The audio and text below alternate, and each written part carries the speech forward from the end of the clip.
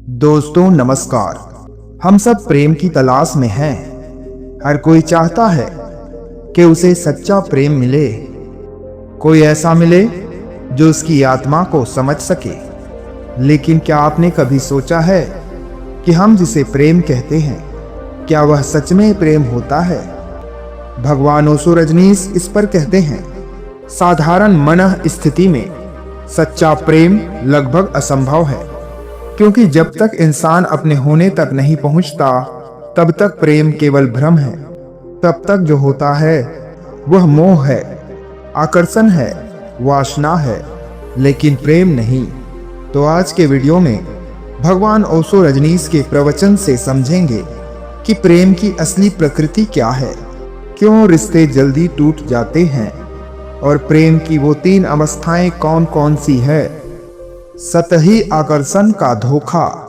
सोचिए, जब कोई पुरुष किसी स्त्री को देखता है और उसके चलने का ढंग, उसकी आंखें या उसकी आवाज उसे भा जाती है, तो क्या यह प्रेम है?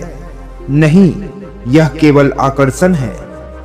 कभी किसी ने कहा कि उसकी भौहें दुनिया की सबसे सुंदर भौहें हैं। भौहें सुंदर हो सकती है, इसमें कोई शक नहीं, लेकिन अगर आप भौहों से प्रेम में पड़ रहे हैं तो यह प्रेम नहीं, यह मूर्खता है। क्योंकि भौहें, बालों का रंग, चेहरे की चमक, ये सब अस्थायी है। जब 2 लोग साथ जीने लगते हैं तो असली चुनौती शुरू होती है। तब आप केवल बालों, भौहों या शरीर के साथ नहीं रहते, बल्कि आप एक विशाल और जटिल व्यक्तित्व के साथ रहते हैं। और जल्द ही सतही आकर्षण अर्थहीन हो जाता है। फिर प्रश्न यह उठता है कि अब क्या करें? रोमांस से वास्तविकता तक। हर प्रेम कहानी की शुरुआत रोमांस से होती है। हंसी, खुशी, उत्साह, सब कुछ नया नया लगता है। लेकिन जैसे ही हनीमून का दौर खत्म हो जाता है, असली जीवन सामने आता है। रोमांस पर जिया नहीं जा सकता। जीवन वास्तविकता पर चलता है और वास्तविकता कठोर होती है। जब 2 लोग करीब आते हैं तो उनकी भीतरी वास्तविकताएं टकराती है। तब बाहरी सुंदरता, हाव भाव और मीठे शब्द सब बेकार हो जाते हैं। फिर असली व्यक्तित्व सामने आता है, जिसमें झुंझलाहट है, पागलपन है, कमजोरी है। तभी लगता है जैसे धोखा हो गया। लेकिन ओशो कहते हैं, कोई किसी को धोखा नहीं देता, बस तुम्हारा भ्रम टूटता है। प्रेम क्यों बदलता है? जब आप प्रेम में पड़ते हो तो सामने वाला व्यक्ति आपके लिए पूरी तरह उपलब्ध नहीं होता। वहां एक रहस्य होता है, एक दूरी होती है, और वही दूरी आकर्षण बनाती है। लेकिन जैसे ही वह व्यक्ति पूरी तरह उपलब्ध हो जाता है तो आकर्षण मिट जाता है। फिर जो बचता है वह वास्तविकता है। यहीं पर असली सवाल खड़ा होता है, क्या यह सच में प्रेम था या केवल सतही मोह और आकर्षण था? अगर थोड़ा भी सच्चा प्रेम था तो यह संघर्ष धीरे धीरे शांत हो जाएगा। आप समझोगे कि यह स्वाभाविक है। आप सामने वाले को उसकी कमजोरियों सहित स्वीकार करने लगोगे। और यही असली प्रेम है, जो जानने के बाद भी बना रहता है। बल्कि जितना गहराई से जानोगे उतना ही प्रेम और गहरा हो जाएगा। पर केवल आकर्षण था तो समय के साथ वह टूट जाएगा। सच्चे प्रेम की पहचान।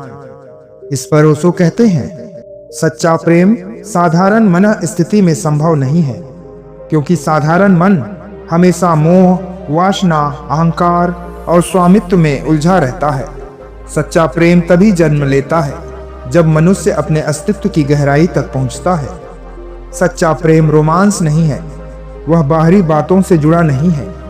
सच्चा प्रेम तो एक आत्मा से दूसरी आत्मा का जुड़ाव है। यह दूसरे के भीतर अस्तित्व से गहरी निकटता बनाता है। वहां शरीर, चेहरे या सुंदरता का कोई महत्व नहीं होता। वहां केवल आत्मिक संबंध बचता है। प्रेम की 3 अवस्थाएं हैं। पहला, पशुवत प्रेम।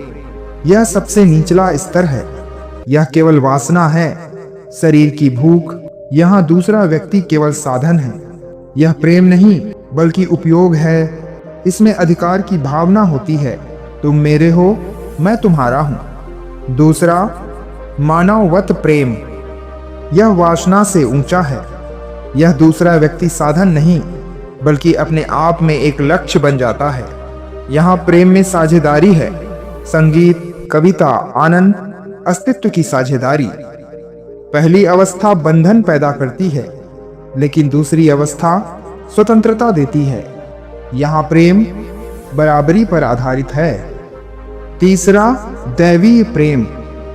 यह प्रेम की अंतिम अवस्था है। यहाँ प्रेम किसी विषय से जुड़ा नहीं होता। तुम प्रेम में नहीं होते बल्कि स्वयं प्रेम बन जाते हो। तुम्हारा अस्तित्व ही प्रेममय हो जाता है। अब तुम जिसे भी छूते हो, जिससे भी मिलते हो, वह प्रेम से ही होता है। यहाँ कोई प्रेमी नहीं, कोई प्रेयसी नहीं, केवल प्रेम ही प्रेम होता है। जीवन का लक्ष्य दैवीय प्रेम। अधिकतर लोग पहली अवस्था में फंसे रहते हैं।